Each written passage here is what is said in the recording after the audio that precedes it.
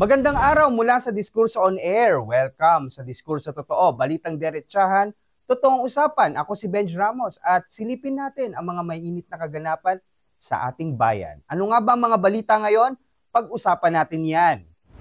Trahedya sa Cebu, sanhiraw ng walang habas na quarrying ayon sa KMP at panibagong flood control scam. 72.4 million na proyekto sa Bulacan.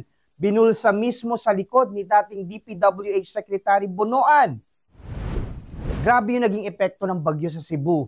Halos sobrang daming tao ang nasawi. Libo-libong pamilyang nawalan ng tahanan at buong probinsya lubog sa baha. Pero sabi nga ng mga magsasaka, hindi lang kalikasan ang dapat sisihin. Sino pa nga ba? Ang tunay na dilubyo rito ay yung quarrying at korupsyon na matagal nang hindi natatabunan. Halos sa sobrang dami ng taong nasawi, libo-libong pamilya ang nawalan ng tahanan at buong probinsya literal na lumubog sa baha.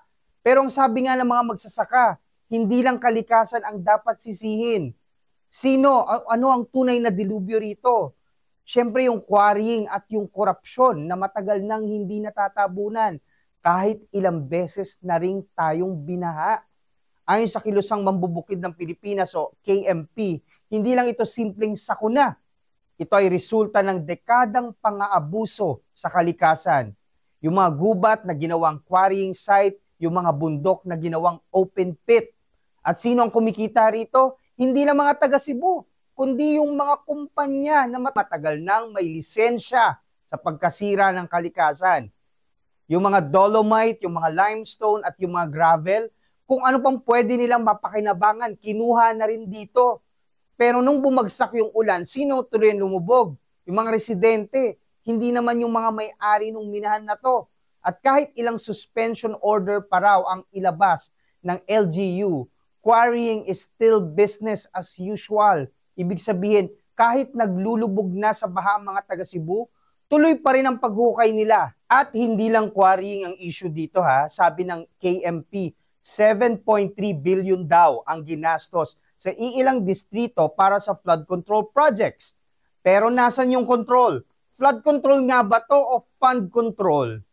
Ang dami nang namamatay, no? Pero parang wala pa ring sense of urgency. Like, puro resiliency na lang balagi. Like, hanggang kailan ba natin ipagmamalaki na resilient ang mga Pilipino?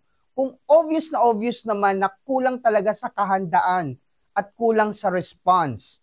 Napanood nyo ba yung mga video na kumakalat ngayon sa mga nangyayari sa Cebu? Yung mga tao umaakyat na sa bubong, sinisira na yung bintana, binubutas na yung kisame para makalabas lang sila dun sa bahay nila. May mga sanggol pa as in below 1-year-old. Ang sakit panoorin. Never kong na-imagine na ganito kalala yung damage ni Bagyong Tino sa Visayas. Sobra as in beyond what anyone expected. At sa sobrang heartbreaking nito, nakaka-frustrate lang na hindi natin nararamdaman yung sense of urgency. Hindi resiliency ang kailangan natin dito, kundi accountability. We keep surviving every time. Matatag tayo. Alam na natin yun. Kilala natin ang mga sarili natin. Pero dapat din nating ma-realize that we deserve better. Lalo na kung buhay ng tao ang pinag-uusapan. 72.4 million. Yan daw ang halaga ng flood control project sa Plaridel, Bulacan na hindi naman pala nag-e-exist. May bayad na pero walang structure. Ano yun?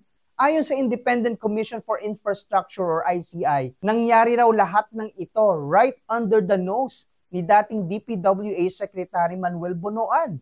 Sabi ng report, he miserably failed to exercise diligence tantamount to fraud.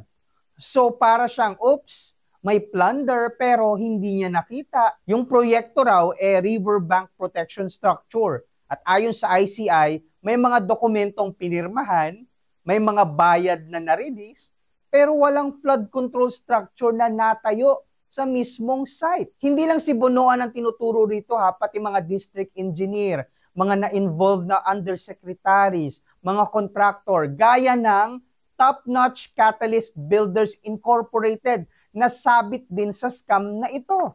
Itong kumpanya na yan, by the way, ay isa sa mga umano nakakuha ng halos 100 billion sa flood control projects mula 2022 hanggang 2025. Isa na naman itong fund control project.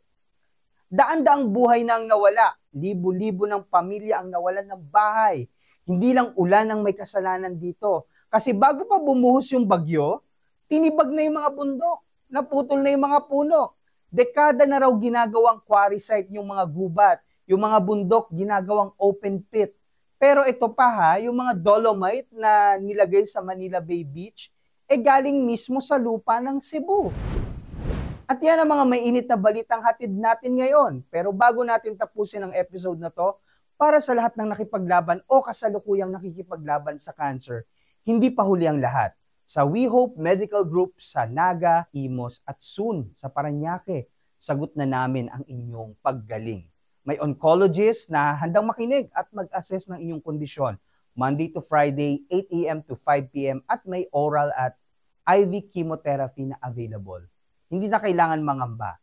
Para sa PhilHealth members, libre ang treatment.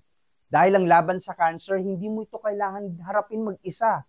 Dahil sa We Hope Medical Group, may kasama kayo sa bawat hakbang ng paggaling. Salamat sa pagsama sa akin sa Diskurso Totoo. Balitang diretsahan, totoong usapan. At huwag kalimutang i-like itong video, mag-subscribe at i-click ang notification bell. I-follow nyo rin kami sa aming social media, Facebook, X, Instagram, TikTok at Diskurso on Air. Pwede nyo rin kaming bisitahin sa aming website, diskurso.ph. Muli ako ang inyong host, Benj Ramos, at patuloy tayong maghahatid ng mga may init na kaganapan sa ating bayan. Hanggang sa muli nating diskurso.